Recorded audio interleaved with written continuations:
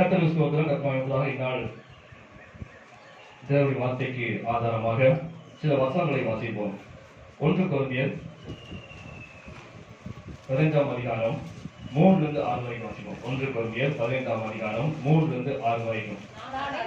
நான் அடைந்ததும் உங்களுக்கு பிரதானமாக ஒப்புவித்ததும் என்னவென்றால், கிறிஸ்துவானவர் வேத வாக்கியங்களின்படி நமது பாவங்களுக்காக மரித்து அடக்கம் பண்ணப்பட்டு வேத வாக்கியங்களின்படி 3ஆம் நாளில் உயிர்த்தெழுந்து கேபாவுக்கும் பின்பு 12 தரிசனமானார். அதன் பின்பு அவர் 500 பேருக்கு அதிகமானவருக்கும் தரிசனமானார். அதன் பின்பு அநேகர் இந்நாள் வரைக்கும் இருக்கிறார்கள், சிலர் மாத்திரம் நித்திரை அடைந்திருக்கிறார்கள். அது மட்டும் இன்னொரு வசனத்தை சேர்ந்து வாசிப்போம். 1 கொரிந்தியர் 15ஆம் அதிகாரம் 20-23 வரைக்கும். கிறிஸ்துவோ மரித்தோரிலிருந்து உயிர்த்தெழுந்ததில் முதற் பலனானார். மனுஷனால் மரணம் உண்டாயிருப்பதினால் மனுஷனால் மரித்தோர் உயிர்த்தெழுதல் உண்டாயிற்று. ஆதாமுக்குள் எல்லாரும் மரிக்கிறது போல கிறிஸ்துவுக்குள் எல்லாமே உயிர்ப்பிக்கப்படுவார்கள். அவன் தந்தன் வரிசையிலே உயிர்ப்பிக்கப்படுவான். முதற் பலனானவர் கிறிஸ்து, பின்பு அவர் வருகையிலே அவர்கள் உயிர்ப்பிக்கப்படுவார்கள். இன்னொரு வசனத்தை வாசிப்போம். வெளிப்படுத்தும் விசேஷத்துல 20ஆம் அதிகாரம் 4-5 வாசிப்போம். அன்றியும் நான் சிங்காசனத்தை கண்டேன், அவர்கள் உட்கார்ந்தார்கள். நியாய தீர்ப்பு கொடுக்கும்படி அவர்களுக்கு அதிகாரம் அளிக்கப்பட்டது. இயேசுவை பற்றிய சாட்சி நிமித்தமும் தேவனுடைய வசன நிமித்தமும் சிரச்சேதம் பண்ணப்பட்டவருடைய ஆத்துமாக்களையும் மிருகத்தையாவது அதன் சுரூபத்தையாவது வணங்காமலும் தங்கள் நெற்றியிலும் தங்கள் கையிலும் அதன் முத்திரையை தரித்துக் கொள்ளாமலும் இருந்தவர்களையும் கண்டேன். அவர்கள் உயிர்த்து கிறிஸ்துவ கூட 1000 வருஷம் அரசாண்டார்கள். மரணமடைந்த மற்றவர்கள் அந்த 1000 வருஷம் முடியும் அளவும் உயிரடையவில்லை. இதுவே முதலாம் உயிர்த்தெழுதல். இன்னொரு வசனங்களை சேர்த்து வாசியும். 1 தெசலோனிக்கேயர் 4ஆம் அதிகாரம் 14-17 வரைக்கும். 1 தெசலோனிக்கேயர் 4ஆம் அதிகாரம் 14-17 வரைக்கும். இயேசுவானவர் மரித்து உயிர்த்தெழுந்தார் என்று விசுவாசிக்கிறோமே, அப்படியே இயேசுவுக்குள் நித்திரைந்தவர்கள் தேவன் அவர்கள் கொண்டு வருவார். கர்த்தருடைய வார்த்தையை முன்னிட்டு நான் உங்களுக்கு சொல்வதாவது, கர்த்தருடைய வருகை மட்டும் வீரோடு இருக்கும் நாம் நித்திரை அடைந்தவர்களுக்கு முந்திக் கொள்வதில்லை. ஏனெனில் கர்த்தர் தாமே ஆரவாரத்தோடும் பிரதான தூதரோட சத்தத்தோடும் தேவ எக்காலத்தோடும் வானத்திலிருந்து இறங்கி வருவார். அப்பொழுது கிறிஸ்துவுக்குள் மரித்தவர்கள் முதலாவது எழுந்திருப்பார்கள். பின்பு வீரோடு இருக்கும் நாமும் கர்த்தருக்கு எதிர்கொண்டு போக மேகங்கள் மேல் அவர்களோடு கூட ஆகாயத்தில் எடுத்துக் கொள்ளப்பட்டு இவ்விதமாய் எப்பொழுதும் கர்த்தரோடு கூட இருப்போம். அல்லேலூயா. கர்த்தருக்கு ஸ்தோத்திரம். கர்த்தராக இந்த நாளிலே ஆண்டவர் இயேசு கிறிஸ்துவின் உயிர்த்தெழுதல் நாளை நினைவுகூரும்படியாக நாம் கூடி வந்திருக்கிறோம். இந்த நாட்களிலே நாம் தியானிக்க வேண்டிய காரியம், முக்கியமான காரியம் என்று சொன்னால், கடந்த நாட்களிலே ஆண்டவர் இயேசு கிறிஸ்து எதற்காக மரித்தார், மரித்ததன் நோக்கம் என்ன, அது நம்முடைய வாழ்வில் நிறைவேறிக்க இந்த குறித்து புனித வழி அன்று நாம் தியானித்தோம். இந்த நாட்களிலே உயிர்த்தெழுதல் குறித்து நாம் தியானிக்க போகிறோம். உலகத்துல பார்த்தீங்கன்னா சரி, நம்ம உலக சட்டத்தை ஆராய்ந்து பார்த்தா பலவிதமான சமயங்கள், பலவிதமான மாற்றங்கள், அநேக சூழ்நிலையிலே அதாவது பல்வேறு சூழ்நிலையிலே பல்வேறு காலகட்டத்திலே அநேக மாற்றங்கள் உருவான தேசத்துல உலகம் எங்கும் பார்த்தீங்கன்னா சரி, அநேக மாற்றங்கள் இருக்குது. பல்லாயிரக்கணக்கான கோடிக்கணக்கான மாற்றங்கள் உலகத்துல இருக்குது. பலவிதமான சூழ்நிலையிலே பலவிதமான சந்தர்ப்ப சூழ்நிலையிலே காலகட்டத்திலே இந்த மதங்கள்லாம் உருவாச்சு. மதங்கள் மாற்றங்கள் சொல்லுவோம், அது மதங்கள் நம்ம சொல்லுவோம். மாற்றங்கள் உருவானது. ஆனால் அநேக மாற்றங்கள் இன்னைக்கு பார்த்தீங்கன்னா சரி காணும். அந்த இருக்கிறது தெரியாம மாற்றங்கள்லாம் மறைஞ்சு போச்சு. உதாரணத்துக்கு பார்த்தீங்கன்னா இந்தியாவில் தோன்றின புத்த மதம் இந்திய தேசத்துல இல்லை. எங்க இருக்குது? இலங்கையில இருக்குது, இந்தோனேஷியாவில் இருக்குது, மற்ற பல நாடு திபெத்தில் இருக்குது, பிற நாடுகளாக இருக்குது. ஆனா இந்தியாவில் தோன்றுறது மதம் நினைச்சல இங்க இந்தியாவில் இல்லை. அதே போல நீங்க சமண மதம் இருக்குது, சைவ மதம் இருக்குது, ஏராளமான நம்ம இந்தியாவில் தோன்ற மதம் சொல்றேன். இப்படி ஏராளமான மதங்கள் மாற்றங்கள் உண்டானது. ஆனால் இந்நாட்கள் பார்த்தீங்கன்னா சரி அதெல்லாமே என்ன சில இல்லை. காரணம் என்ன சொன்னா, அதை தோற்றுவித்தவர்கள் எப்படி மரித்தார்களோ, அது மரித்த போது அந்த மதம் மாற்றம் செய்யுது, அதுவும் செய்யுது அழிந்து போய்விட்டது. அல்லேலூயா. அது இன்னைக்கு இல்லாமல் போய்விட்டது. கொஞ்சம் கொஞ்சமா குறைந்து கொண்டே வந்து கொண்டிருக்குது. அது இன்னைக்கு நம்ம பார்க்க முடியல. ஆனால் கிறிஸ்தவ மார்க்கம் நாம் பின்பற்றுவது கிறிஸ்தவ மார்க்கம். இது மதம் அல்ல, மார்க்கம். ஆண்டவர் இயேசு கிறிஸ்து முன்மாதிரி வாழ்க்கையை வாழ்ந்து வைத்து போயிருக்காரு. அவர் பாதை பின்பற்றி நாம் போய் கொண்டிருக்கோம். இது மதம் அல்ல, மார்க்கம். இந்த மார்க்கம் மட்டுமே இந்த வரைக்கும் குறுகிய காலத்தில் ஆண்டவர் இயேசு கிறிஸ்து இந்த பூமிக்கு வந்து 2021 வருஷம் ஆகுது. இந்த 2020 32 வயசாக மரித்தாரு. அவர் மதத்தை தோற்றுவிக்கவில்லை, நமக்கு முன்மாதிரி வைத்து போயிருக்காரு. அதை பின்பற்றி வாழ்ந்து கொண்டிருக்கிறோம். ஆனா இந்த மார்க்கம் மட்டுமே 2021 வருஷம் ஆனாலுமே சரி, இதுவரைக்கும் இந்த குறுகிய காலத்துக்குள்ளாக உலகம் எங்குமே பரவி வளர்ந்துருக்கு. உலகத்தில் கிறிஸ்தவ மதமே மார்க்கமே இல்லாத நாடே பார்க்க முடியாது. அந்த அளவுக்கு நீ உலகம் முழுவதும் எங்க நீங்க போனாலும் சரி, அங்க கிறிஸ்தவ மார்க்கத்தை சர்ச்சனை பார்க்காம இருக்க முடியாது. அந்த அளவுக்கு இந்த குறுகிய காலகட்டத்தில் 2020 வருஷத்துக்குள்ளாக இவ்வளவு அளவுக்கு உயர்ந்து வளர்ந்துருக்குது. காரணம் என்ன சொன்னா, காரணம் என்ன? ஆண்டவர் இயேசு கிறிஸ்து மரித்தார், நமக்காக அடக்கம் செய்யப்பட்டார், 3 நாள் உயிரோடு எழுந்திருக்கிறார். அதனால அந்த மார்க்கம் நினைச்சது இன்னைக்கு உயிரோடு எழுந்திருக்கு. அல்லேலூயா. உலகத்தில் உள்ள இந்த மார்க்கங்கள் எல்லாமே பல பாடுகளுக்கு உட்பட்டு வந்ததுதான், இல்லைன்னு சொல்லல. ஆனா அதே சமயத்துல இந்த கிறிஸ்தவ மார்க்கம் மட்டும் மற்ற எல்லா மார்க்கத்தை காட்டிலும் அதிகமான பாடுகள், அதிகமான உபத்திரவங்கள் சந்தித்து வந்திருக்கு. இந்த மார்க்கத்துக்காக அநேக ரத்த சாட்சியம் வகித்திருக்காங்க. அநேக ராஜாக்கள் இந்த மார்க்கத்தை அழிக்கும்படியாக அநேக ராஜாக்கள் எழுதியிருக்காங்க. இந்த வேதத்தை ஒழிக்க முடியாத எத்தனை ராஜாக்கள் எழுதியிருக்காங்க, எத்தனை மனிதர்கள் எழுதியிருக்காங்க, எத்தனை சக்கரவர்த்திகள் எழுதியிருக்காங்க. அப்படி இருந்தாலும் அதை அழிக்க முடியாதபடிக்கு அது நாளுக்கு நாள் வளர்ந்து கொண்டுதான் வருகிற ஒழிய அது ஒருபோதும் சில குறைந்து விடவில்லை. காரணம் என்ன சொன்னா, ஆண்டவர் இயேசு கிறிஸ்து மரித்தார், இன்றும் என்ன உயிரோடு எழுந்திருக்கு. அப்படின்னாலே இந்த மார்க்கமும் இன்றும் என்ன செய்து உயிரோடு இருக்குது. அல்லேலூயா. நமக்காக மரித்தார், பாவத்துக்காக மரித்தார், நமக்காக அடக்கம் செய்யப்பட்டார், மீண்டும் 3 நாள் உயிரோடு எழுந்து இன்று நமக்கு அவர் ஜீவிக்கிற தேவனா இருக்கு. அப்படின்னாலே இந்த மார்க்கமும் அழியாதபடி செய்து இன்றும் ஜீவிக்கிறதா இருக்கிறது. அல்லேலூயா. அது மட்டும் இல்ல, ஆண்டவர் இயேசு கிறிஸ்து அவர் மரித்தார், அடக்கம் செய்யப்பட்டார், 3 நாள் உயிரோடு எழுந்தார் என்ற வேதத்தை வாசித்த வசனத்துல பையன் சரி, அது 3 நாள் உயிரோடு எழுந்தார் என்று சொல்ற வேதத்தின் வசனப்படி அவர் எழுந்தார் என்று வசனம் சொல்கிறது. அப்ப ஆண்டவர் இயேசு கிறிஸ்துவை விசுவாசிக்கிற நம்ம எல்லாத்துக்குமே ஒரு நம்பிக்கை உண்டு. என்ன நம்பிக்கை? அவர் எப்படி உயிரோடு எழுந்தாரோ அதுபோல நாமும் மரித்தாலும் உயிரோட எழும்புவோம். அல்லேலூயா. இதான் நம்முடைய நம்பிக்கை. தேவப்பிள்ளையாகிய நம்முடைய வாழ்க்கையிலே நம்ம நம்பிக்கை என்னன்னு சொன்னா, ஆண்டவர் இயேசு கிறிஸ்து பூமியில வாழ்ந்தாரு, நம்மை போல மனிதனாக வாழ்ந்தாரு, அநேக பாடுகள் அனுபவித்தாரு, நமக்காக அவருடைய பாவத்துக்காக மரித்தாரு, அடக்கம் செய்யப்பட்டாரு, அவர் 3 நாள் அவருடைய உயிரோடு எழுந்தாரு. அதே போல அவரை விசுவாசிக்கிற எல்லா தேவ பிள்ளைகளும் அல்லேலூயா அவருக்கு என்ன இருக்குது? உயிர்த்தெழுதல் உண்டு. இந்த காலையில தூக்கம் வருதா? சுற்றுதா? உயிர்த்தெழுதல் உண்டு. அல்லேலூயா. இந்த நம்பிக்கை இருக்குது. உயிர்த்தெழுதல 2 வகையான உயிர்த்தெழுதல் உண்டு. 2 வகையான உயிர்த்தெழுதல் உண்டு. முதலாவது பார்த்தா சரி, முதலாம் உயிர்த்தெழுதல் என்று உண்டு. இரண்டாவது கடைசி உயிர்த்தெழுதல் உண்டு.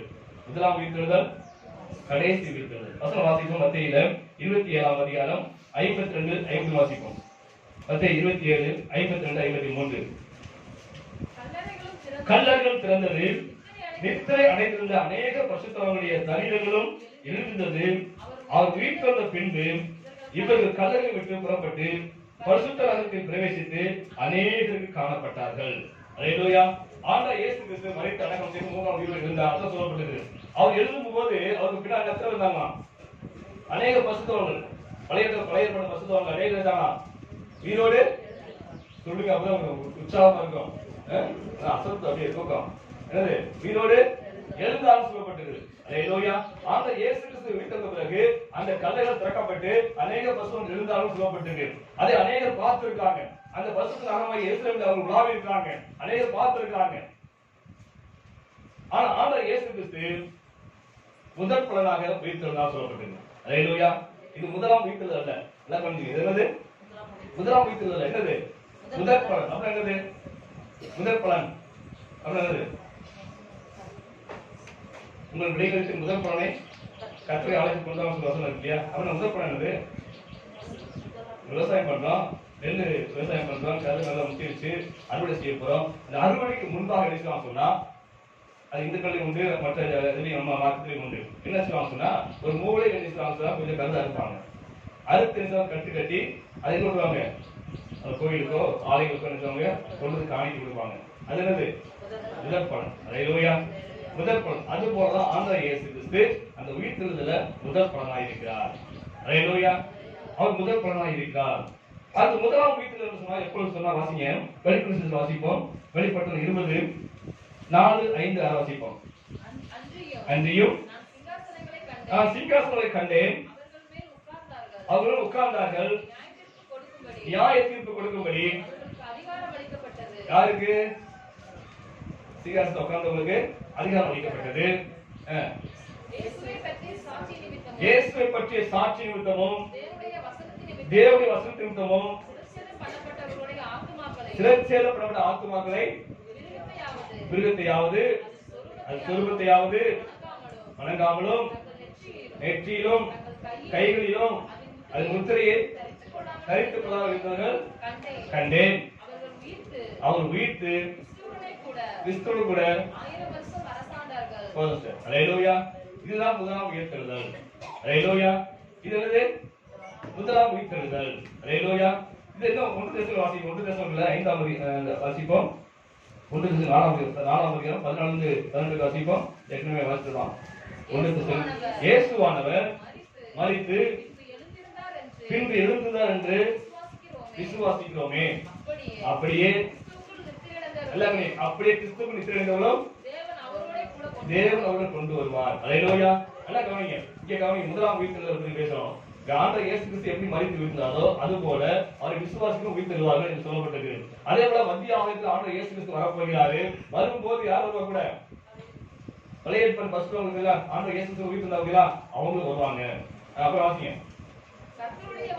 கர்த்தருடைய வார்த்தை முன்னிட்டு நான் உங்களுக்கு சொன்னதாவது கர்த்தருடைய வருகை மட்டும் உயிரோடு இருக்கு நாம் நித்திரை அடைந்தவர்களுக்கு முந்திக் கொள்வதில்லை. பல கவனிச்சு பாருங்க. இப்ப ஆண்டவர் இயேசு கிறிஸ்து மத்திய ஆலயத்தில் வர்றாரு. வரும்போது அன்னைக்கு ஆண்டவர் இயேசு கிறிஸ்து உயிர்த்தெழுந்தாங்களா அந்த பரிசுத்தவான்கள் கூட வர்றாங்க, தேவதூதர்கள் வர்றாங்க, எக்காலம் பொறிக்கப்படுது, அப்படியே வந்துட்டே இருக்காங்க. வந்துட்டு இருக்கும்போது என்ன சம்பவிக்கும் சொன்னா, முதலாவது இங்க கல்லறை கிறிஸ்துவுக்குள் அடக்கம் செய்யப்பட்டவங்க, கிறிஸ்துவுக்குள் வாழ்ந்து மரித்து அடக்கம் செய்யப்பட்டவங்க கல்லறை முதலாவது திறக்கப்படும். அப்பொழுது அவங்க எல்லாம் என்ன செய்வாங்க? உயிரோடு எழும்புவாங்க.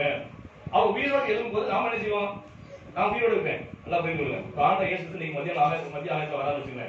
நாம எல்லாம் உயிரோடு இருக்கோம். நல்லா புரிஞ்சுக்கோங்க. நாம எல்லாமே உயிரோடு இருக்கோம். ஆனா இது வரைக்கும் ஆண்டவருக்குள்ள வாழ்ந்து பரிசுத்தமா ஜீவித்து மரித்தாங்க அந்த கல்லறை திறக்கப்படும்.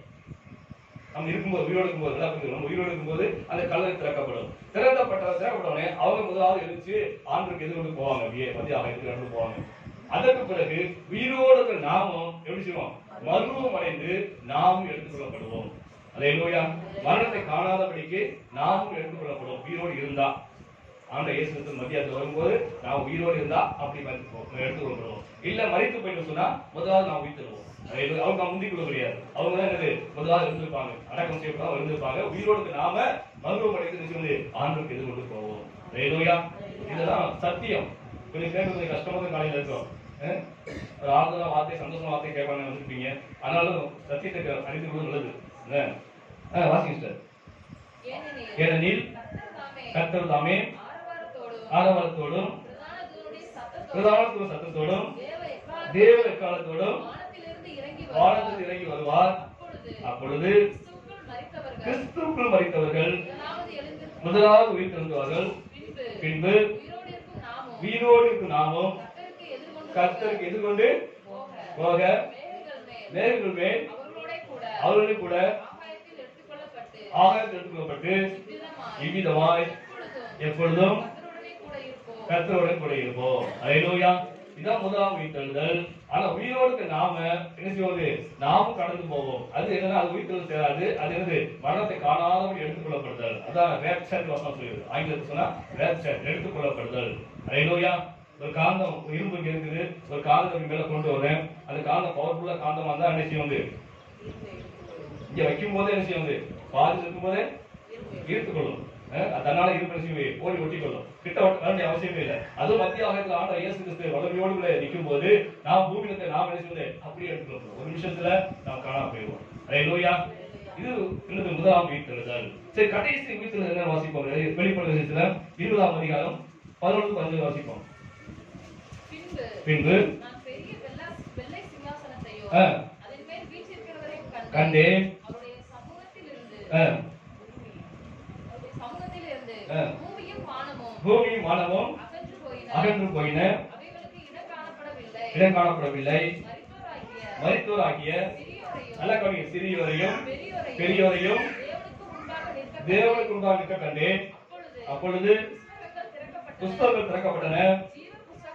ஜீவ புஸ்தகம் என்றும் வேறொரு புஸ்தகம் திறக்கப்பட்டது. அப்பொழுது அந்த புஸ்தகம் எழுதப்பட்டபடியே மரித்தோர் தங்கள் கிரியைக்கு தக்கதாக நியாய தீர்ப்படைந்தார்கள். சமுத்திரம் மரித்தோரை ஒப்புவித்தது. கடவுள் செத்துருப்பாங்க, தண்ணீர் செத்துருப்பாங்க இல்லையா? அப்ப அவங்களுடைய ஆத்மாவை அந்த கடல் விஷயம் ஒப்பு கொடுக்கும், அந்த தண்ணீர் ஒப்பு கொடுக்கும். மரணம் பாதாளமும் ஆமா ஏற்கனவே மரித்து உள்ள அடக்கம் செய்யப்பட்ட எல்லாம் என்ன வெளியே வருவாங்க. யாவரும் தங்கள் கிரியைப்படியே நியாய தீர்ப்படைந்தார்கள். அப்பொழுது மரணமும் பாதாளமும் அக்கினிக்கு தள்ளப்பட்டது. இது இரண்டாம் மரணம். அல்லேலூயா. இதுதான் கடைசி உயிர்த்தெழுதல். அல்லேலூயா. முதலாம் உயிர்த்தெழுதல் பங்கடையவர்கள் பாக்கியவான்கள் வசனம் சொல்லுது. முதலாம் உயிர்த்தெழுதல் பங்கடையவர்கள் பாக்கியவான்கள். ஏன் என்று சொன்னால் அவர் நியாய தீர்ப்பு இல்லை. அல்லேலூயா. அவர் இல்ல நியாய தீர்ப்பு, ஆனா பலன் உண்டு. அவர் செய்த கிரியைக்கு பலனை ஆண்டவர் வெகுமதியை கொடுக்கிறாரு. ஆனா நியாய தீர்ப்பு கிடையாது, அங்க தண்டனை கிடையாது. ஆனா இரண்டாம் உயிர்த்தெழுதல், கடைசி உயிர்த்தெழுதல் சரி, அந்த உயிர்த்தெழுதல் வரும்போது சிறியோர் பெரியோர் இருந்து இறந்தவங்க எல்லாம் வருவாங்க, வந்து எல்லாம் ஜோடுக்கும்பா நிற்பாங்க. அப்ப அவங்க கிரியைக்கு நியாய தீர்ப்பு உண்டு. அல்லேலூயா. நியாய தீர்ப்பு கொடுத்து கடைசி ஆண்டவர் அக்னி கடல் நினைச்சாரு, தூக்கி போட்டாரு. அல்லேலூயா. நித்திய காலமான வேதனை. ஆனா முதலாம் உயிர்த்தெழுதல் பங்கெடுத்தவர்கள் நித்திய காலமா ஆண்டவருடைய வாழக்கூடிய ஒரு பெரிய பாக்கியமான வாழ்க்கை. அல்லேலூயா. இதுதான் உயிர்த்தெழுதலுடைய ரகசியம். அல்லேலூயா. அப்பதான் எப்ப இது சம்பவிக்கும் சொன்னா, நான் முதலாம் உயிர்த்தெழுதல் பார்க்க முடியுமா? அந்த முதலாம் உயிர்த்தெழுந்த அந்த பரிசுத்தவான்கள் 1000 அரசாட்சி அந்த பூமியில ஆளுவாங்க. 1000 அரசாட்சியில இந்த பூமியில அவங்க ஆள போறாங்க. அப்படி 1000 அரசாட்சி ஆண்டு முடிந்த பிறகுதான் இந்த இரண்டாம் உயிர்த்தெழுதல் வரப்போகுது. அப்பதான் அவங்க எல்லாம் உயிர்த்தெழுந்து எழுதுவாங்க, ஆண்டு சொந்தம் இருப்பாங்க, ஆண்டவர் கிரியை தக்கபடி எழுதுவாங்க. அந்த புஸ்தகம் எழுதப்பட்டிருக்குது. என்ன எழுதப்பட்டிருக்குங்க? நீங்க செஞ்ச அத்தனை பாவங்கள் எல்லாம் அங்க எழுதப்பட்டதும் பக்கத்துல ஜீவ புஸ்தகம் வைத்திருக்காரு ஆண்டவர். தப்பித்தவரை ஜீவ புஸ்தகம் யாரும் வந்துடாதுல்ல, அதனால ஜீவ புஸ்தகம் பக்கத்துல ஒப்பிட்டு பார்க்க வேண்டியதான். அப்படி பார்த்து ஆண்டவர் அவர் கிரியை தக்கதாக நியாயத்திற்கு கொடுத்து கடைசி அக்னி கடல்ல தள்ளுவாரு. அல்லேலூயா. ஆக இப்படிப்பட்ட இது வந்து நமக்கு அநேகருக்கு சரி, மரணத்துக்கு பிறகு என்ன சம்பந்தம் அனைத்து தெரியும் கிடையாது. மரணத்துக்கு பிறகு நம்ம என்னது கதை முடிஞ்சு போச்சுன்னு நினைக்கிறோம். ஆனா மரணத்துக்கு பிறகுதான் பெரிய வாழ்க்கையே இருக்குது. அல்லேலூயா.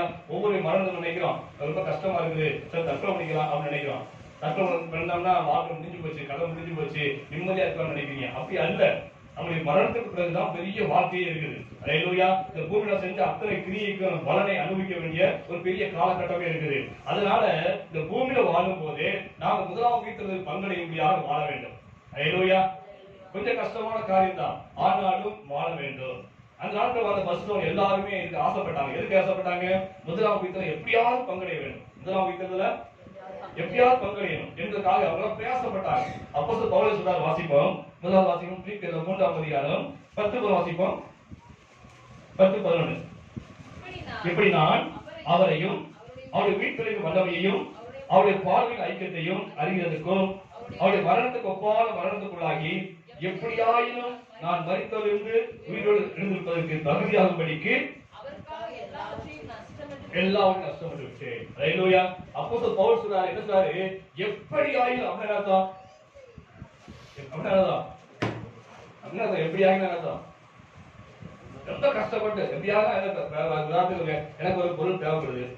ஆனா நீங்க பந்து வச்சுங்க, பந்து எல்லா கடையும் அழைச்சிட்டாங்க, எனக்கு பொருள் தேவைப்படுது. ஆனா எப்படியாவது வாங்கணும், பொருள் வாங்கணும். நான் என்ன சொல்றேன், வந்து ஒருத்தர் காசை கொடுத்து எப்படியாவது வாங்கிட்டு வந்துருக்கேன் அப்படின்னு சொல்லி. அப்படின்னா கிடைக்காது, வாங்க முடியாது. ஆனா எப்படியாவது விஷயம் அதை வாங்கிட்டு வந்துருன்னு சொல்றேன். அது போல அப்போஸ்தலர் பவுல் சொல்றாரு, பரிசுத்தவான் ஆண்டவர் தெரிந்து கொள்ளப்பட்டவன், வல்லமையா ஆண்டவர் ஊழியம் செய்த மனுஷன், அப்படிப்பட்ட மனுஷன் சொல்றாரு எப்படியாயிலும் அந்த ஊழியத்துல பங்கடைய வேண்டும். அல்லேலூயா. அவ்வளவு கஷ்டம் அது.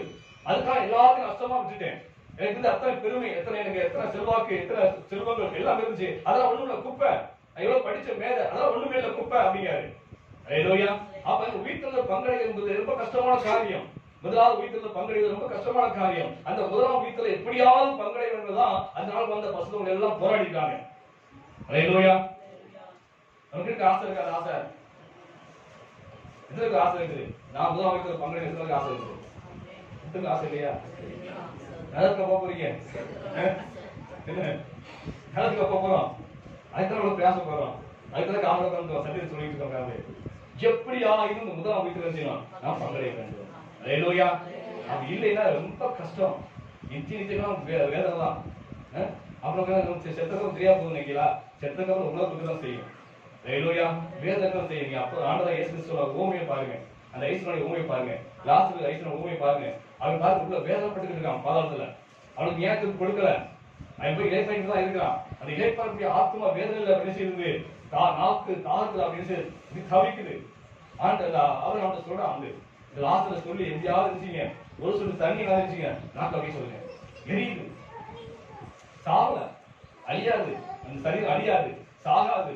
அது வேதனை அனுப்பிக்கிற கடைசி காலம் என்ன செய்வது, அது சதாக்காலம் வேதனை அனுப்பிக்கொள்ளக்கூடிய ஒரு மோசமான ஒரு சூழ்நிலைக்குள்ளாக தள்ளப்படும்.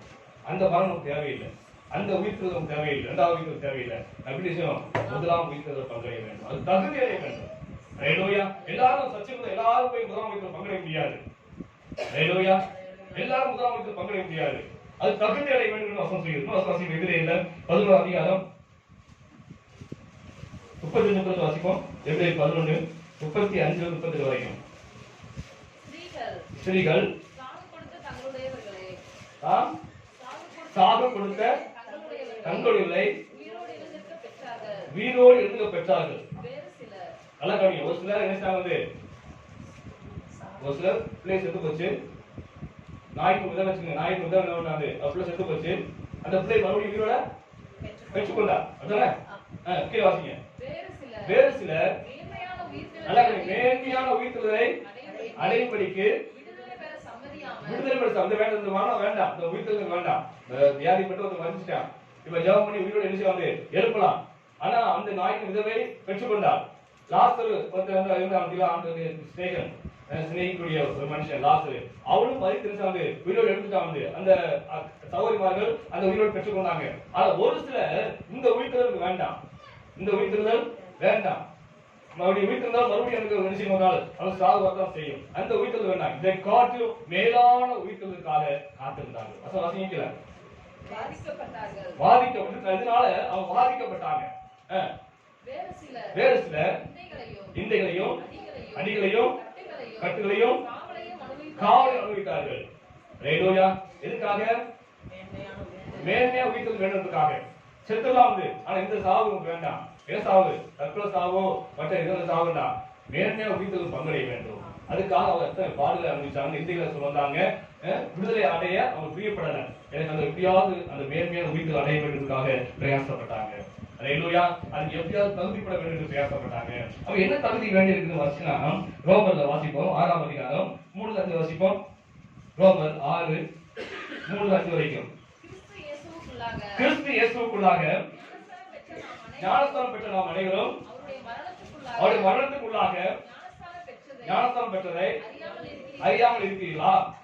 மேலும் பிதாவின் மகிமையினாலே கிறிஸ்து மரித்தோரிலிருந்து எழுப்பப்பட்டது போல நாமும் புதிதான ஜீவனுள்ளவர்களாய் நடந்து கொள்ளும்படிக்கு அவர் மரணத்துக்குள்ளாக ஞானஸ்தானத்தினாலே கிறிஸ்துவோடு கூட அடக்கம் பண்ணப்பட்டோம். ஆதலால் அவர் மரணத்தின் சாயலிலே நாம் இணைக்கப்பட்டவர்களானால் அவர் உயிர்த்தெழுதலின் சாயலிலே இணைக்கப்பட்டிருப்போம். அல்லேலூயா. நல்லா கவனிப்பாங்க. இங்க ஆண்டவர் சொல்றாரு, கொஞ்சம் கேட்க கொஞ்சம் கஷ்டமா இருக்கும், ஈஸியா புரிஞ்சுக்கூடிய வார்த்தை என்னன்னா, ஆண்டவர் இயேசு கிறிஸ்து எப்படி அடக்கம் பண்ணப்பட்டாரோ, எப்படி அடக்கம் பண்ணாரு, குகையை வச்சு மூடிட்டாங்க. நம்ம பாஸ்டர் மண்டபத்தை மூடிட்டாங்க. அது போல அவர் மரணத்துக்குள்ளான மரணத்தை நாம் அடைய வேண்டும். அப்படின்னா ஞானஸ்தானம். ஞானஸ்தானம் தண்ணிக்குள்ளாக நம்ம என்ன செய்யணும், அடக்கம். அவர் மண்ணுக்குள்ள அடக்கம் பண்ணப்பட்டது போல நாம் தண்ணிக்குள்ள அடக்கம் செய்யப்பட வேண்டும். அல்லேலூயா. அந்த மரணத்துக்குள்ளாக போக வேண்டும். எப்படி ஆண்டவர் இயேசு கிறிஸ்து மறுபடியும் 3ஆம் உயிர் வந்தாரோ, ஒரு புதிய சிருஷ்டியாக புதிய மகிமையை சரீரத்தை எடுத்துக்கொண்டாரோ, அதே போல திரும்பி தனிப்பதை எதிர்க்கும் போது ஒரு புதிய சிருஷ்டியாக ஒரு புதிய மகிமையில நாம் என்ன செய்ய நம்ம ஜீவியம் காணப்பட வேண்டும், வெளிப்பட வேண்டும். அப்படி வெளிப்பட்டீங்கன்னு சொன்னா அவர் எப்படி உயிர்த்தெழுந்தாரோ அந்த உயிர்த்தெழுதலில் நீங்கள் இணைக்கப்படுவீர்கள். சொல்ல புரியுதா உங்களுக்கு? ஞானஸ்தானம் என்பது அனைவருக்கும் புரியுது இல்ல, சத்தியம் புரியுது கிடையாது. ஞானஸ்தானம் சொன்னா ஒரு 3 மாசம் சர்ச்சுக்கு வந்தா உடனே முக்கியம் எடுக்கிறது, அதான் எனக்கு தெரியுது. ஆனா ஞானஸ்தானம் என்னன்னா, நாம் எப்படி ஆண்டவர் இயேசு கிறிஸ்து மரித்து அடக்கம் பண்ணப்பட்டாரோ அதுபோல நாம் பாவத்துக்கு என்ன செய்வது, அவர் எதுக்கு அடக்கம் பண்ணப்பட்டாரு? நம்முடைய பாவத்துக்காக. நம்முடைய பாவத்துக்காக அவர் அடக்கம் பண்ணப்பட்டாரு. அதுபோல் நம்முடைய பாவத்துக்காக நாம தண்ணிக்குள் அடக்கம் செய்யப்பட வேண்டும். அடக்கம் செய்யப்பட்டு எப்படி இயேசு 3ஆம் உயிர் எடுத்தாரோ அதுபோல நாம தனித்தலாக இருந்து ஒரு உயிர்த்தெழுதல் நாம் கடந்து வந்தோம். அல்லேலூயா. இப்படி நீ உயிரோடு எழுந்தது உண்மையானால், இப்படி மகிமையாக நீங்க அந்த பாவத்துக்கு மறிச்சு எழுந்தது உண்மையானால், காண்ற இயேசு கிறிஸ்து எப்படி உயிர்த்தெழுந்தாரோ அந்த உயிர்த்தெழுதல் நீங்களும் நானும் இணைக்கப்படுவோம். சொல்ல புரியுதா உங்களுக்கு? அல்லேலூயா. அப்ப ஞானஸ்தானம் என்ன இருந்தது? பாவத்துக்கு சாகணும், பாவத்துக்கு செலுத்தணும், ஆண்டவர் இயேசு கிறிஸ்துக்கு பிழைக்கணும். இதுதான் ஞானஸ்தானம் சுருக்கமான விளக்கம். அல்லேலூயா. எத்தனை பாவத்துக்கு மறிச்சிருக்கோம், ஞானஸ்தானம் என்னன்னே தெரியாம ஞானஸ்தானம் எடுத்துட்டோம். சின்ன பிள்ளைங்க ஞானஸ்தானம் போறாங்க, என்ன பிள்ளைக்கு என்ன தெரிய போகுது? சின்ன பிள்ளைக்கு என்ன தெரியும்? பாவத்துக்கு தெரியுமா? ஒண்ணும் தெரியாது. அதுக்கு ஞானஸ்தானம் கொடுத்துறாங்க சில சபைகள்ல. அப்படி இல்ல. சத்தியம் என்னன்னு சொன்னா, நான் பாவத்துக்கு மறித்து ஆண்டவருக்காக நீ வாழுவேன், இதுவரைக்கும் உலகத்துக்காக வாழ்ந்தேன், உலகத்துக்காக உழைச்சேன், உலகத்துக்காக ஓடுனேன், ஆனா இனிமே அப்படி அல்ல, நீ ஆண்டவருக்காக வாழ்வேன், உமக்கு வசமா ஜீவிப்பேன் என்று ஒரு ஆண்டவர் உடன்படிக்கை பண்ணி எடுத்ததான் ஞானஸ்தானம். அந்த ஞானஸ்தானம் வரும்போதுதான் நாம ஆண்டவர் இயேசு அந்த உயிர்த்தெழுதல பங்கடைய முடியும், அந்த உயிர்த்தெழுதல இணைக்கப்பட முடியும். இன்னொரு வாசிப்பு கொலோசியர்ல 2ஆம் அதிகாரம் 12ஆம் வாசிப்போம்.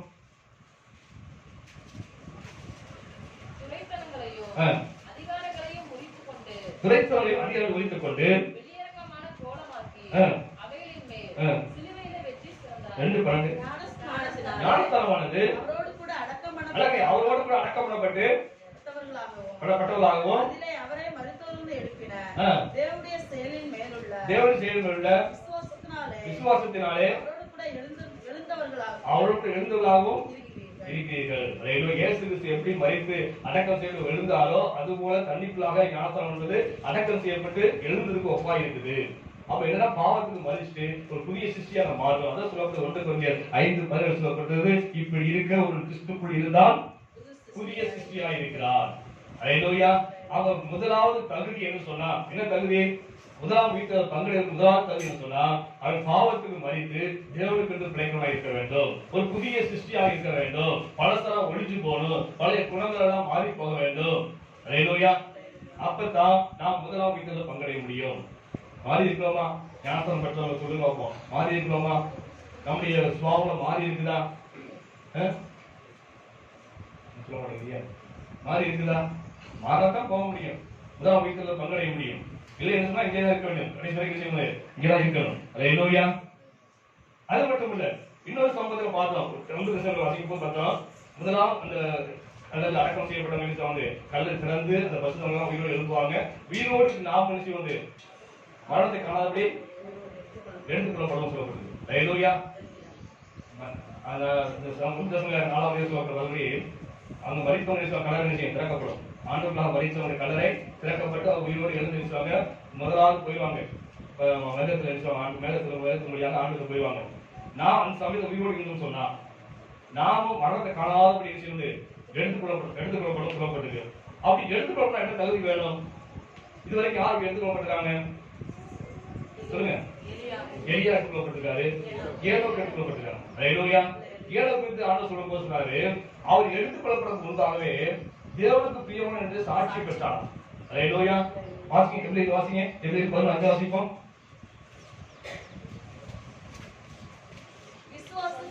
விசுவாசத்தினாலே ஏனோக்கு மரணத்தை காணாதபடிக்கு எடுத்துக்கொள்ளப்பட்டான். பழைய ஏற்பாடு பரிசுத்தவான் சாகாமலேயே அப்படியே ஆண்டு உயிரோடு விட்டாரு.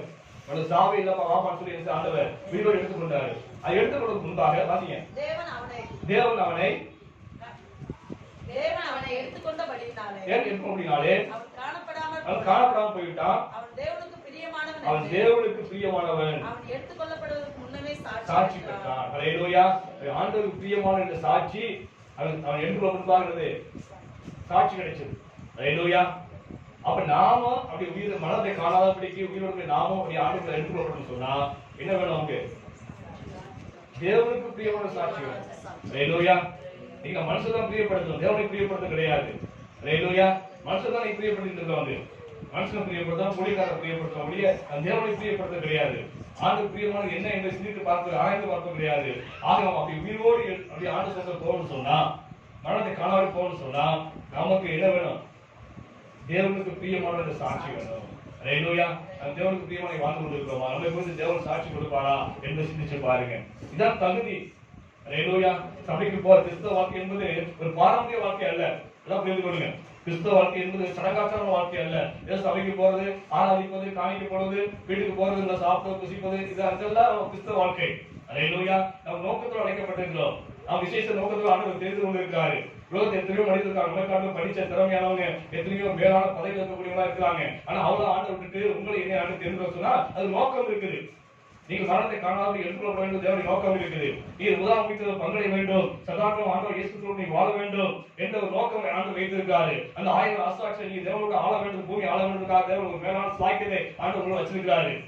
ஹல்லேலூயா. அதனாலதான் தகுதியை பெற வேண்டும். ஹல்லேலூயா. சும்மா வந்த போனோம் இல்ல, தகுதி நமக்கு இருக்கா?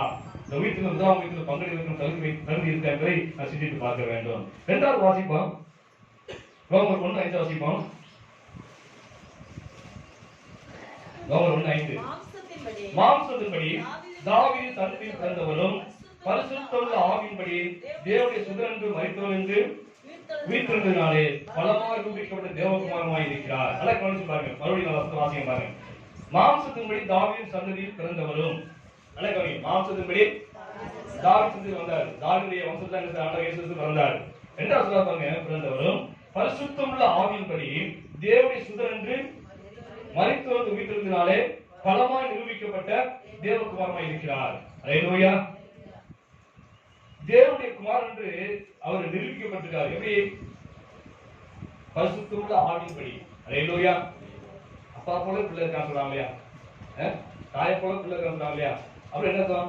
ஆண்டவர் இயேசு கிறிஸ்து பூமியில வாழ்ந்த போது அவர் நிரூபித்து காண்பித்தார். நான் பிதாவுடைய பிள்ளை, நான் தேவனுடைய பிள்ளை என்பதை அவர் நிரூபித்து காண்பித்தார். ஹல்லேலூயா.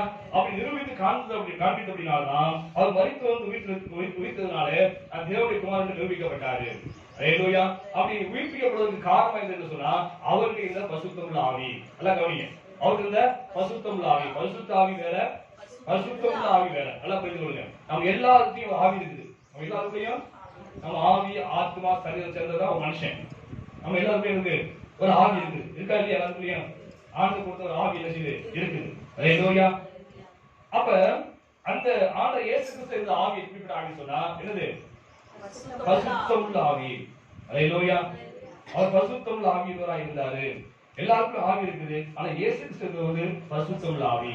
ஹல்லேலூயா. அந்த பரிசுத்தமுள்ள ஆவி இருந்ததினால்தான் அவர் பாவத்தை செய்யாதவராக, பாவத்தை பாராதவராக, பாவத்தை அறியாதவராக இந்த பூமியில வாழ்ந்தாரு. ஹல்லேலூயா. அவர் பாவமே பார்க்க முடியாது. அவர் பேச்சுல பாவத்தை முடியாது, பார்க்க முடியாது. அவர் பேச்சு, நடை, அவர் பார்வையில எந்த ஒரு பாவத்தையும் பார்க்க முடியாது. அந்த அளவுக்கு பரிசுத்தமுள்ள ஆவி இருந்ததினாலே அவர் பூமியில வாழ்ந்தவர் பரிசுத்தமாய் ஜீவித்தாரு. ஹல்லேலூயா. அவர் பார்வை சுத்தம், பேச்சு சுத்தம், நடையில சுத்தம், எல்லாத்துக்கும் வெளியரங்கமான எல்லா ஒரு காரியத்திலையும் அவர் இருந்து பரிசுத்தமாக இருந்தார். அதான் தைரியமா கேட்டார், என்ற பாவம் உண்டு என்று உங்களுக்கு யாராவது சொல்ல முடியுமா என்று கேட்டார் தைரியமாக. பரிசுத்தர் வேதமாக எல்லாம் கூடியிருக்கிறாங்க. அவங்க எல்லாம் எப்பொழுது இயேசு குற்றப்படக்கூடிய ஆட்கள். ஆனா இயேசு குற்றப்பட்ட பரிசுத்தர் வேதமாக எந்த இடத்துலயாவது பரிசுத்தர் குறித்து யாரும் குற்றப்பட்டதே கிடையாது. ஹல்லேலூயா. அவர் பிதாவை குறித்து பேசினாரு, அப்படி பேசினாரு சொல்லுவாங்க ஒழிய, ஆனா ஆண்டவர் இயேசுவை பரிசுத்தத்தை குறித்து அவர் எந்த இடத்துலயுமே யாரும் நினைச்சல குற்றப்பட முடியல. அந்த அளவுக்கு பரிசுத்தமா ஜீவித்தார். காரணம் என்ன சொன்னா அவர் இருந்த ஆவி பரிசுத்தமுள்ள ஆவி. பரிசுத்த ஆவி அல்ல, பரிசுத்தமுள்ள ஆவி. ஹல்லேலூயா. ஒரு வசனம் வாசிப்போம். யோவான் வாசிப்போம். 4:20 வாசிப்போம். 4:27. அத்தருணத்தில் அவருடைய சீசர் வந்து அவர் ஸ்திரீயுடைய பேசுவதை பற்றி ஆச்சரியப்பட்டாங்க. ஆண்டவர் இயேசு கிறிஸ்து ஒரு கானானிய ஸ்திரீ பெண்ணோட பேசிட்டு இருக்காரு. தனியா பேசிட்டு இருக்காரு. பேசிட்டு இருக்கும்போது சீசர் வந்து பாக்குறாங்க. பார்த்த ஆச்சரியம். என்ன ஆச்சரியம்? இயேசு கிறிஸ்து இப்படி தனியா ஆச்சரியம் பெண்கிட்ட பேசுறது கிடையாது. ஹல்லேலூயா. அதை பார்த்து சீசர் ஆச்சரியப்பட்டாங்க. அந்த கானானிய ஸ்திரீப்பட்டவர், இந்த கானானிய ஸ்திரீப்பட்டவர் பாவியான ஸ்திரீ. அது எத்தனை புருஷன் இருந்தாங்க? 5 புருஷன் இருந்தாங்க. அப்படிப்பட்ட பெண்ணை ஆண்டவர் மத்தியானம் பகல் நிலையில சந்தித்து பேசிக்கிட்டு இருக்காரு. அதை பார்த்து சீசர்கள் ஆச்சரியப்பட்டாங்க. பெண் தனியா பேசிட்டு இருக்காரு அப்படின்னு ஆச்சரியம். அதுக்கு வாசிங்க சிஸ்டர். ஆகிலும் என்ன தேடுகிறீர்கள் என்று நல்லா கவனிங்க. என்ன வார்த்தை? என்ன தேடுகிறீர்கள். அப்ப என்ன ஆண்டவர் இயேசு கிறிஸ்து பேசிட்டு இருக்காரு. பேசிட்டு இருக்கும்போது எப்படி இருக்காரு? எங்க உட்கார்ந்திருக்காரு? கீழே பார்த்துருக்காரு. பெண் அங்க பேசிட்டு இருக்கா. என்ன பேசுறாரு? கீழே பார்த்துட்டே பேசிட்டு இருக்காரு. இந்த முகத்தை கூட பார்க்கல.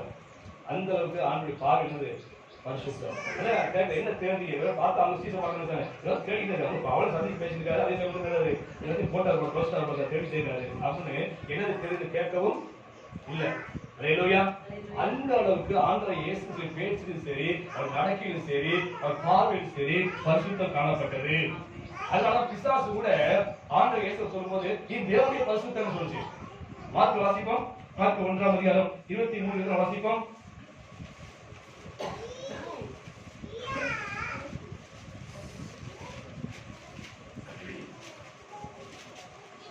மார்க் 1:23-24.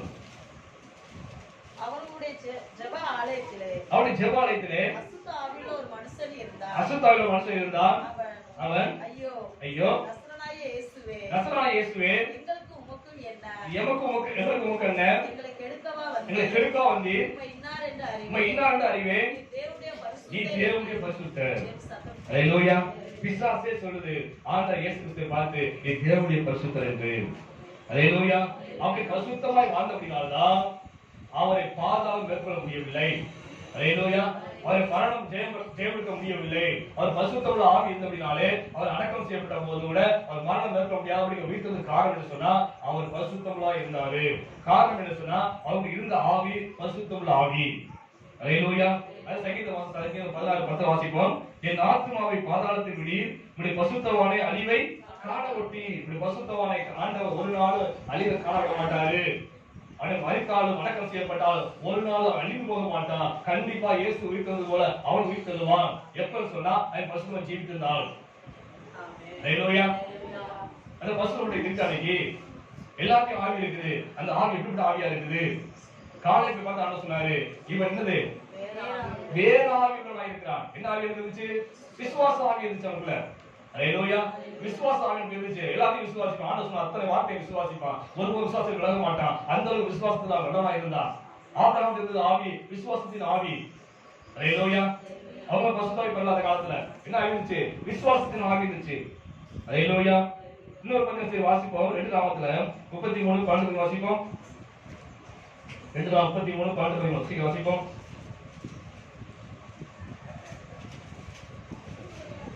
இந்த மனசே வாசிக்கிறோம். இப்படி அவன் நெருக்கப்படுகையில் தேவனாய கர்த்தரை நோக்கி கெஞ்சி பிதாக்களின் தேவனுக்கு முன்பாக தன்னை தாழ்த்தினான். இவனுக்கு ஆவி என்னன்னா தாழ்மையின் ஆவி. அல்லேலூயா. தன்னை ஆண்டவர் அப்படியே தாழ்த்துறான். கெஞ்சிற ஆண்டவர் வந்து அப்ப அவன் இருக்கிறது என்ன ஆவி? தாழ்மையின் ஆவின்னு சொல்லப்பட்டிருக்குது. அல்லேலூயா. அது சங்கீதத்துல பார்த்தா சரி 38:6 ஒடுங்கின ஆவி. சரி அனைவரும் சரி அவங்கள ஜெபம் மாட்டாங்க, பாட மாட்டாங்க. என்ன சொல்லுவாங்க? எப்படி என்னது ஒடுங்கி போயிருப்பாங்க. அல்லேலூயா. யாரும் சரியா பேச மாட்டாங்க, பழக மாட்டாங்க. அப்ப அந்த இது ஆவி ஒடுங்கின ஆவி. அல்லேலூயா. அது வசனம் இருக்குது. சில பேர் சரி ஒரு சின்ன ஏதாவது சொல்லுவாங்க அழுதுவாங்க. சின்னதா பேசுறாங்க பேசுவாங்க. யாராவது வந்தாங்க பேசுவாங்க டக்குனு அழுதுவாங்க. அவரு இருக்க ஆவி நொறுங்குண்ட ஆவிம்பாங்க. அல்லேலூயா. நொறுங்குண்ட ஆவி. இப்படி ஒவ்வொரு புள்ளியும் ஒரு ஆவி இருக்குது. ஆண்டவர் இயேசு இருந்த ஆவி பரிசுத்தமுள்ள ஆவி. அதனால அவர் பரிசுத்தமா ஜீவித்தார். ஆண்டவர் இயேசு சொல்லும்போது சரி எனக்கு சாந்தம் மனத்தாழ்வுள்ள ஆவி இயேசு இருந்துச்சு. அதே பரிசுத்தமுள்ள ஆவி இருந்துச்சு. பரிசுத்தம் இருந்தாலே எல்லாம் வந்துடும். மனத்தாழ்மை, கீழ்ப்படிதல் எல்லாம் வந்துடும். சாந்தம் எல்லாம் வந்துடும். அல்லேலூயா. அந்த பரிசுத்தமுள்ள ஆவி இருந்ததினால்தான் ஆண்டவர் இயேசு கிறிஸ்து மரணத்தை வந்து மேற்கொண்டு ஜெயமெடுக்க முடிந்தது. அல்லேலூயா. ஆனா நீங்க ஆண்டவர் இயேசு கிறிஸ்துவை விசுவாசிக்க நீங்களும் நானும் எந்த ஆவியில இருக்கிறோம் சொல்லிட்டு பாருங்க. எந்த ஆவியில இருக்கிற நீங்க அநேக கோபத்தின் ஆவி இருக்குது, எரிச்சலின் ஆவி இருக்குது, தூக்கத்தின் ஆவி இருக்குது, இன்னும் சில பெருமை ஆவி இருக்கு, சில பொறாமையின் ஆவி இருக்குது. எதை பார்த்தாலும் பொறாமப்படுவாங்க, பெருமைப்படுவாங்க. இப்படிப்பட்ட ஆவி தான் நீங்க உங்களுக்கு இருக்குது. இந்த பரிசுத்தமுள்ள ஆவியினுடைய இருக்கிறா என்பதை சிந்தித்து பார்க்கணும். அல்லேலூயா. அவன் இருந்தாலும் நீங்க மாற்றிக்கொள்ளணும். ஆண்டவர் விசுவாசத்தை மாற்றிக்கொள்ளுங்க. ஆண்டவர் போராடி ஜெபிக்கணும். எல்லாம் பிறக்கும்போது பாவியத்தான் பிறக்கிறோம். எல்லாருக்கும் கெட்ட சுபாவம் இதுதான் செய்யுது. ஆனா நம்ம ஆண்டவர் சத்தியத்தை அறிந்த பிறகு நம்ம என்ன ஆண்டவர் போராடி ஜெயிக்கணும். அது ஜெயிச்சா தான் பூமியில அல்லேலூயா ஜெயிச்சா தான் மேற்கொள்ளணும். ஆண்டவரே இது மேற்கொள்ளணும். இந்த பேராமை இந்த போராமை எனக்கு இருக்கக்கூடாது, பெருமை இருக்கக்கூடாது, கோபம் இருக்கக்கூடாது. ஆண்டவர் இந்த எப்படியாவது சார்ந்த குணங்களை கொடுங்க அப்படின்னு சொல்லி ஆண்டவர் சமூகத்துல போராடி ஜெயித்தால் கண்டிப்பாக பெற்றுக்கொள்ள முடியும். அல்லேலூயா. அதுக்காக சத்தியம் போதிக்கக்கூடிய உங்களை குற்றப்படுறதுக்காக போதிக்க கிடையாது. நாம் தகுதிப்பட வேண்டும். முதலாவது பங்கெடுக்க தகுதிப்பட வேண்டும். இயேசு கூட முதலாவது பங்கெடுக்க வேண்டும். அவருடைய சமூகத்தில் சதாகாலம் சந்தோஷமா சாதாரண ஆண்டவருடைய ஜீவிக்குரிய பாக்கியத்தை பெற வேண்டும் என்பதுதான் நோக்கம். அவருடைய யாரும் குற்றப்படுறதுக்காக சொல்லல. அல்லேலூயா. நாம இந்த ஆவியோடு இருந்தாலுமே போராடி பெற்றுக்கொள்ள வேண்டும். அல்லேலூயா. ஆண்டவர் கொடுக்கிறது நீ கேளுங்க அப்பொழுது செய்து கொடுக்கப்படும். அல்லேலூயா. அதான் ஆண்டவர் தெரிந்து கொண்டிருக்காரு. நம்மளை அழைத்த நோக்கம் அதுதான். உங்களை மாற்ற வேண்டும், உங்களை உருவாக்க வேண்டும். அல்லேலூயா. உங்களை உருவாக்க வேண்டும், உங்களை பசுத்தமாக்க வேண்டும், உங்களை பரலோகத்துக்கு சேர்க்கிறது தான் ஆண்டவர் அழைச்சிருக்காரு. அதுதான் தெரிந்து கொண்டிருக்காரு. எல்லாத்தையும் விட்டு உங்களை தெரிந்து கொண்டிருக்காரு. உலகம் அப்பமா நினைக்கலாம், உலகம் ஏழமா பேசலாம். ஆனா நீங்க தேவனுக்கு விசேஷமானவர்கள், நீங்க தேவனுக்கு பிரியமானவர்கள். அல்லேலூயா. உங்களை எப்படியாவது உருவாக்குறது ஆண்டவர் பிரியப்படுறாரு. ஒப்பு கொடுத்தா உருவாகலாம். அல்லேலூயா. பிரியவன் களிமண் நினைச்சாங்க கொண்டு வசதி நினைச்சாங்க தனக்கு இஷ்டமான பாத்திரம் உருவாக்க விரும்புறான். அதுக்காக போட்டு அதை பிதிக்கிறான். களிமண் நினைச்சாங்க உள்ள வீட்டுல போட்டு வச்சு கொஞ்ச நாளைக்கு நினைச்சு போட்டு போட்டுருப்பான். தண்ணியை ஊற்றி ஊற வைப்பான். வந்து ஊற வச்சு நினைச்சு வந்து காலால போட்டு மிதி மிதி மிதி மிதிச்சு நைஸ் ஆகிற வரைக்கும் மிதிப்பான். அதுக்கப்புறம் நினைச்சு வந்து அதை வலிச்சு எடுத்து கொண்டாந்து அந்த வண்டி சக்கரத்தை வச்சு நினைச்சு வந்து சுத்துவான். அப்ப அந்த குயவன் கையில நல்ல பாத்திரம் வடிவதற்காக அந்த மண்ணு எவ்வளவு கஷ்டப்படும் பாருங்க. அதே போல தேவனுக்கு வாழ்க்கை கஷ்டப்படுறதுக்கு காரணம் இதுதான். அவன் உருவாக்கத்தான் ஆண்டு கஷ்டம் கொடுக்கிறாரு. நிந்தை ஒரு காரணம் அதுதான், உத்தரவு காரணம் அதுதான், பாடுவது காரணம் தான். ஆண்டுக்கு பிரியமான பாத்திரம் உருவாக்குறது ஆண்டு பிரயாசப்படுறாரு. ஆனா ஒப்பு கொடுக்க மாட்டேன் அப்படின்னு சொன்னா என்ன ஆகும்? மண்ணை வச்சு உருவாக்குறாரு, பானை செய்ய ஆசைப்படுறாரு. அப்படியே வளைஞ்சு வளைஞ்சு பார்ப்பாரு. மண்ணு சரியா வளையினா ஆகும். அந்த பானை வலினா அதை மோடி வலிச்சு போட்டு வச்சுவாரு. மறுபடியும் மிதிக்க தான் முடிவாரு. அல்லேலூயா. அந்த மிதி வாங்க மாட்டேன் ஒப்பு கொடுத்தா ஈஸியா மாறிடலாமே. அல்லேலூயா. ஆண்டு சொல்ல ஒப்பு கொடுத்து ஜெபம் பண்ணுவோம். ஆண்டவரே நான் இப்படிப்பட்ட சுவாபத்தில் இருக்கிறேன், ஒத்துக்கொள்ளணும். அதான் ஒத்துக்கொள்ளணும். இப்படிப்பட்ட சுவாபம் இருக்குது. இந்த கோபத்தினால அடக்க முடியல, இந்த எரிச்சலால் அடக்க முடியல, தூக்கத்தை ஆவியினால என்ன செய்யல முடியல, அடக்க முடியல, காலை 5 மணிக்கு எரிச்சலாம்னு ஆசைப்பட முடியல அப்படின்னு சொல்லி ஆண்டவர்கள் முதலாவது குறையை ஒத்துக்கொள்ளணும். ஒத்துக்கொண்டு ஆண்டை மாற்றுவோன்னு கேட்ட ஆண்டு மாற்றுவாரு. அதுதான் அவங்க தெரிந்து கொண்டிருக்க ஆண்டவர். அதுதான் யாரை எதிர்பார்க்க மாட்டேன். அல்லேலூயா. ஆகிய நாட்களை நாம் சிந்தித்து பார்த்து நாம நம்முடைய குறைகளை நிறைவேற்றிக் கொள்ள வேண்டும். 3வது பரிசை வாசிப்போம். பிலிப்பியர் 2ஆம் அதிகாரம் 8 வாசிப்போம்.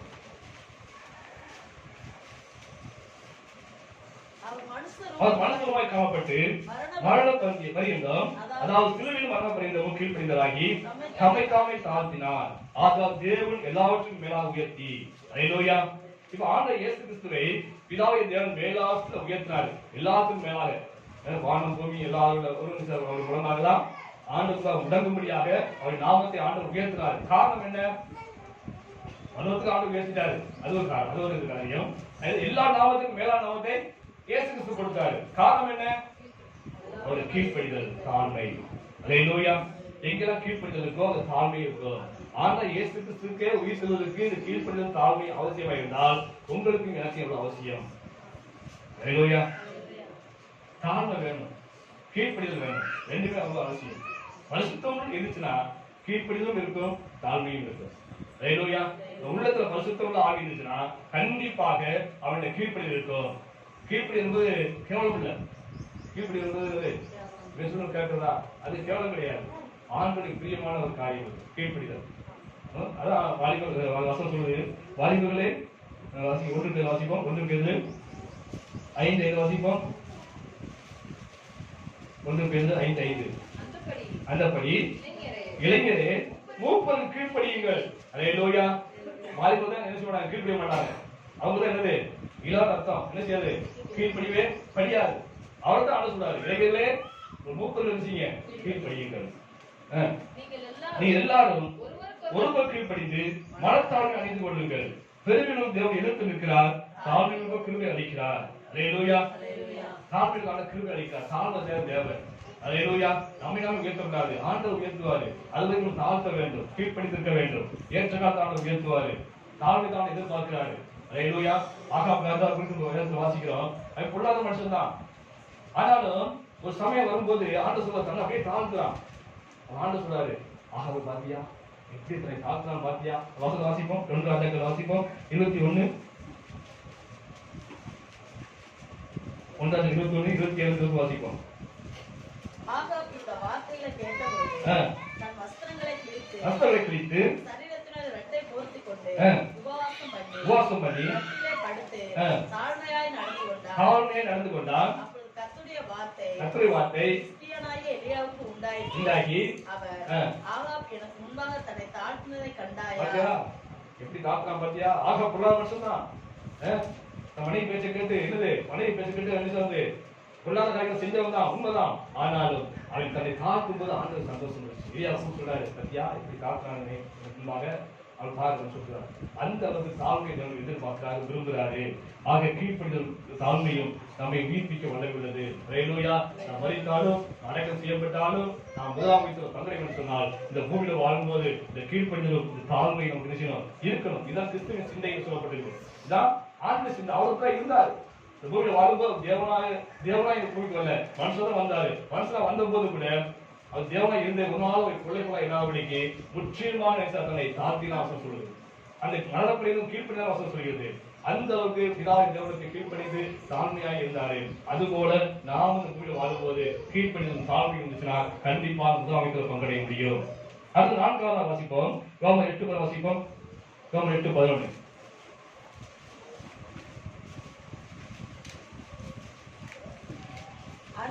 அன்றியும் இயேசுவை மரித்தோர் எழுப்பினவருடைய ஆவி உங்களில் வாசமாயிருந்தால் கிறிஸ்துவை மரித்தோர் எழுப்பினவர் உங்களில் வாசமாயிருக்கிற தம்முடைய ஆவினாலே சாவுக்கென்ற உங்கள் சரீரங்களையும் உயிர்ப்பிப்பார். அன்றியும் இயேசுவை மரித்தோர் எழுப்பினவருடைய ஆவி. அல்லேலூயா. இயேசுவை மரிச்சிட்டாரு. அவர் எழுப்பினது யாரு? எழுப்பினுடைய ஆவி, தேவனுடைய ஆவி. யார் எழுப்புறது? தேவன் எழுப்பினாரு. அவருடைய ஆவியான செய்தவரை எழுப்பியது. ஹல்லேலூயா. தேவனுடைய ஆவிதான் இயேசு மரித்த இயேசு சரீரத்தை உயிர்ப்பித்தது. அப்ப நாம் உயிர் அடைய வேண்டும் சொன்னால் நமக்கு என்ன தேவை? தேவனுடைய ஆவி தேவை. ஹல்லேலூயா. நமக்கு உள்ள இருக்கிற ஆவி இருக்குது. ஆனா அதே சமயத்துல தேவன் தன்னுடைய ஆவி, அதான் ஆண்டவர் சொல்றாரு, நீங்கள் தேவ ஆவியின் வாசம் செய்யும் தேவ ஆலயமாக இருக்கிறீர்கள் என்பதை அறியாமல் இருக்கீங்களா? தேவ ஆவியானவர் இருக்கிறார். இது ஆலயம், இது தேவாலயமா இருக்குது. தேவ ஆவியானவர் வாசம் செய்து கொண்டிருக்கிறாரு.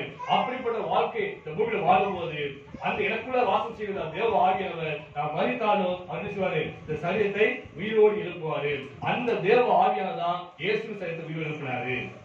அல்லேலூயா. காரணம் என்ன சொன்னா, யாக்கோபு 4:5 வாசிப்போம். யாக்கோபு 4:5.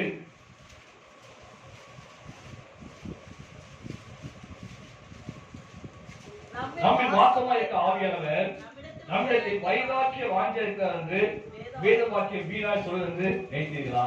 நமக்கு வாசமா இருக்க ஆவியானவர், நமக்குள்ள வாசமா இருக்க அந்த தேவாலயம் நமக்குள்ள வாசமா இருக்கிறாரு. பசுத்தாய் வாசமா இருக்கிறாரு. தேவாலயம் வாசமா இருக்கிறாரு. அந்த ஆவியானவர் இருக்கிறான் வைராக்கிய வாஞ்சியா இருக்காரு. என்ன வைராக்கியம்? என்ன வைராக்கியம்? இவனை எப்படியாவது வல்லவும் சேர்த்தணும். அந்த வைராக்கிய வாஞ்சி இருக்காரு. ஹல்லேலூயா.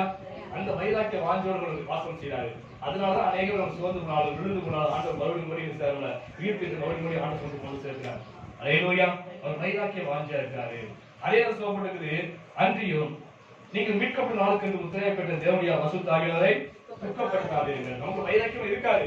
ஆனா அது வைராக்கியம் இருக்காது என்பதற்காக நம்ம நினைச்சுக்கிறாங்க துக்கப்படுத்த கூடாது. துக்கப்படுத்தாகும் வெளியேறிடுவார். ஹல்லேலூயா. நம்ம விட்டு வெளியேறிடுவாரு. வெளியே தான் நம்ம ஆவி இல்லாம மாறிடுவோம். சவுல் எப்படி ஆவி இல்லாம மாறினா என்னாச்சு?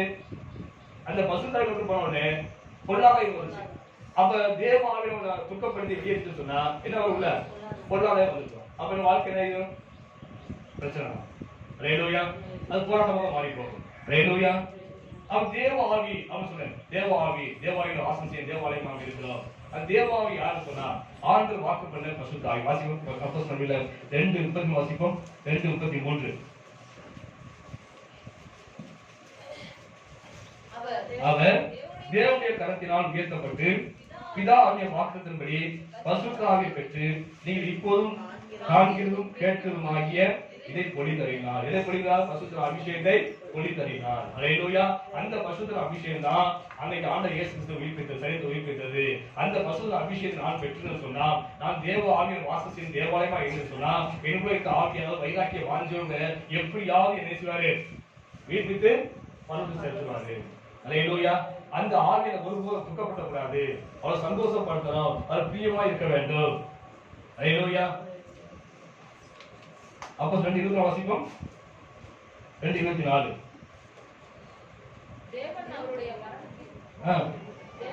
தேவன் அவருடைய மரணத்தின் உபாதைகளின் கட்டை அவிழ்த்து மரணத்தின் உபாதைகளின் கட்டை அவிழ்த்து அவரை எழுப்பினார்.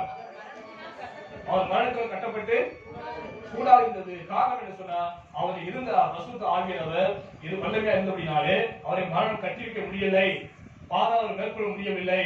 காரணம் என்ன சொன்னா, அவங்க வாசமா இருந்த பரிசுத்த ஆவியானவர் அவரை சரித்து உயிர்ப்பித்தாரு. அவர் இருந்த ஆவி பரிசுத்தமுள்ள ஆவியா இருந்தது. அவர் இருந்த அந்த கீழ்ப்படிதல், தாழ்மை அவர் இருந்தது. ஆக இப்படிப்பட்ட ஒரு பரிசுத்த வாழ்க்கை வாழ்ந்தபடினாலே அந்த மரணம் அவர் மேற்கொள்ள முடியவில்லை. அவர் மரணத்தை ஜெயித்தார், பாதாளத்தை வென்றார் என்று பார்க்கிறது. அதே போல இந்த பூமியில வாழக்கூடிய நாம ஆண்டவர் இயேசு கிறிஸ்துவை விசுவாசிக்கிற நாம அந்த முதலாம் உயிர்த்தெழுதலை நாம் பங்கடை வேண்டும் சொன்னால், ஆண்டவர் இயேசு கிறிஸ்து கூட சதாகாலம் வாழ வேண்டும் சொன்னால், அவரோடு சேர்ந்து 1000 வருஷாட்சி இந்த பூமியில ஆள வேண்டும் சொன்னால், நாமும் அவரை போல இந்த பூமியில வாழ வேண்டும். அல்லேலூயா. எப்படி வாழணும்? நாம் தகுதி அடைய வேண்டும். என்ன தகுதி வேண்டும்? முதலாவது நாம் பாவத்துக்கு மறித்து என்னது தேவனுக்கு என்று பிள்ளைகளாக வாழ வேண்டும். அப்படின்னா என்னது? ஒரு புதிய சிருஷ்டியாக மாற வேண்டும். அல்லேலூயா. வீரோடு நாம அப்படியே எடுத்துக்கொள்ளப்படும் சொன்னால், அதுக்கு என்ன தகுதி வேண்டும் சொன்னால், இந்த பூமியில வாழ்க்கை நாம எப்படி இருக்கணும்? தேவனுக்கு பிரியமான சாட்சி பெற்றிருக்க வேண்டும். அல்லேலூயா. ரொம்ப கஷ்டமான காரியம். தேவனுக்கு பிரியமானது என்ன? ஒவ்வொரு நாளும் சிந்திச்சு நம்ம செய்ய வேண்டும். அவர் தேவனுக்கு பிரியமானவங்க என்று சாட்சி பெற்று சொன்னா, அவனுக்கு குழந்தை இருந்துச்சு, பிள்ளைகள் இருந்துச்சு, குடும்பம் இருந்துச்சு. அப்படி இருந்தாலும் தேவனோடு சஞ்சரித்து வசனம் சொல்கிறது. தேவனோடு வாழ்ந்தான், தேவனோடு நடந்தான் என்று வசனம் சொல்லி, தேவனோடு நடந்தான் என்று வசனம் சொல்லி ஆங்கிலத்தில் சரி ஏனோடு வாக்கு காரணம் சொல்லப்பட்டிருக்கு. அவன் தேவனோடு கூட நடந்தான். அவன் குடும்ப ஏனோட பிள்ளைகள் இருக்குது, தேவ மனைவிகள் இருக்காங்க. அப்படி இருந்தாலும் அவன் தன்னுடைய வாழ்நாட்களை அதிகமாக யாருக்கு கொடுத்தான்? ஆண்டவர் கொடுத்தான். ஆண்டவர் சஞ்சரித்துக் கொண்டிருந்தான், தேவனோடு நடந்து கொண்டிருந்தான். அந்த ஒரு பாக்கியம் வாழ்க்கை வாழ்ந்தான். அதற்கு தான் ஆண்டவருக்கு பிரியமான சாட்சி பெற்றான். அந்த சாட்சி நமக்கு இருக்க வேண்டும். அல்லேலூயா. நம்முடைய ஆவி இன்னைக்கு எப்படி ஆவியா சரி, கோபத்தின் ஆவியா இருக்கலாம், எரிச்சலின் ஆவியா இருக்கலாம், தூக்கத்தின் ஆவியா இருக்கலாம், இல்ல பெருமையின் ஆவி, போராமையின் ஆவியா இருக்கலாம். எந்த ஆவியா இருந்தாலும் சரி, இந்த ஆவியை அகற்றி விட்டுட்டு பரிசுத்தமுள்ள ஆவியை பெற்றுக்கொள்ள வேண்டும். நாம் பரிசுத்தமான பூமியில் ஜீவிக்க வேண்டும். நம்முடைய நடை, நம்முடைய பேச்சு, நம்முடைய பார்வை எல்லாமே இருக்கணும், பரிசுத்தம் இருக்க வேண்டும். அல்லேலூயா. கீழ்ப்படிதல் இருக்க வேண்டும், தாழ்மை இருக்க வேண்டும். அல்லேலூயா. இயேசு கிறிஸ்து போல பூமியில வாழ வேண்டும். பரிசுத்த அபிஷேகத்தை பெற்று தேவ ஆவியின் வாசத்தை தேவாலயமாக நம் சரீரத்தை மாற்ற வேண்டும். இது தேவாலயம். அல்லேலூயா. இந்த தேவாலயத்தை எப்படி காத்துக்கொள்ள வேண்டும்? பரிசுத்தமாக இருக்கணும், காத்துக்கொள்ள வேண்டும். அல்லேலூயா. தேவாலயத்துல என்ன போகக்கூடாது? மதுபானம் போலாமா? தேவாலயத்துல மதுபானம் போலாமா? பஞ்சாபிக்குள்ள கோயில் வச்சுக்கோங்க, அங்க மதுபானம் கொண்டு போடுவாங்களா? சொல்லுங்க. போகக்கூடாது. அங்க விபச்சாரம் நடக்க முடியுமா? முடியாது. அங்க கோபம் சண்டை வருமா? பெண்குல சண்டை வராது. அது கசப்பு வருமா? வைராக்கியம் இருக்குமா? ஒன்று இருக்காது. அதெல்லாம் இல்லாம பசுத்தமான அந்த ஆலயத்துக்கு போக வேண்டும். அது போல நம்முடைய ஆலயத்தை நாம் பசுத்தமாய் காக்க வேண்டும். தேவன் வாசம் செய்யக்கூடிய ஆலயமாக நம்முடைய சரீரத்தை பாதுகாக்க வேண்டும். விக்கிரகம் போல உடம்பை மாற்றக்கூடாது. இது தேவன் பெற்ற சரீரம். இந்த சரீரம் தெரிஞ்சுக்காது, விக்கிரகம் மாற்றக்கூடாது. அல்லேலூயா. ஆண்டவர் நல்லா படைச்சிருக்காரு, நல்ல கண்ணை கொடுத்திருக்காரு, நல்ல கையில கொடுத்திருக்காரு, வெள்ளை கொடுத்திருக்காரு. இதெல்லாம் ஆண்டவரே நீங்க சரியில்லை, நீங்க கையை சரியா படைக்கல, நான் நெல பாலிஷ் போட்டுக்கிறேன் ஆண்டவரே கூடாது. தேவன் நல்லா அழகாம படைச்சிருக்காரு ஆண்டவர். வேலை பாருங்க, பாவமா இருக்குது, நெகப்பட்டு பாருங்க. நான் எப்படி சொன்னா குறை சொல்லலாம் சொல்லல. இது தேவாலயம்.